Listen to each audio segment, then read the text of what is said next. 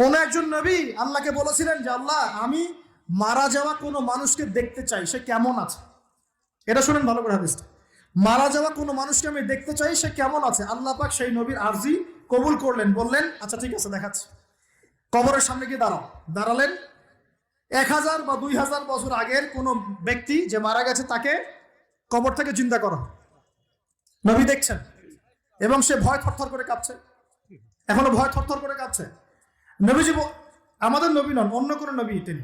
সেই নবী বলছেন যে তুমি ভয় কাঁপছো কেন, তুমি কত বছর আগে ইন্তেকাল করছো, কি তোমার হালচাল বলো আমাকে। সেই ব্যক্তি বলছে আমি আজকে থেকে 1000 বা 1500 বছর আগে মারা গেছি, আমি ভয়ে কাঁপছি।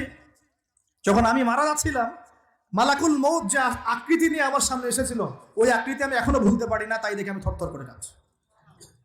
তিনি বলছেন যে আমি 1500 বছর হয়ে গেছে আমার মউতের, কিন্তু আমার দেহ থেকে এখন পর্যন্ত রূহ কবজ করার যে কষ্ট, এই কষ্ট এখনো যায় নাই। আর এইসব দুর্নীতি করে আর অন্যায় করে মানুষের সম্পদ আত্মসাৎ করে অন্যের উপর অত্যাচার করে আমরা ভাবছি যে আমরা কালকে আমাদের মাঠে পার পেয়ে যাবো। খালি কবরে যাও তারপর বুঝবো। আল্লাহ রাব্বুল আলামিন আমাদের সবাইকে হৃদয়ের চোখটা খোলার তৌফিক দান করুন।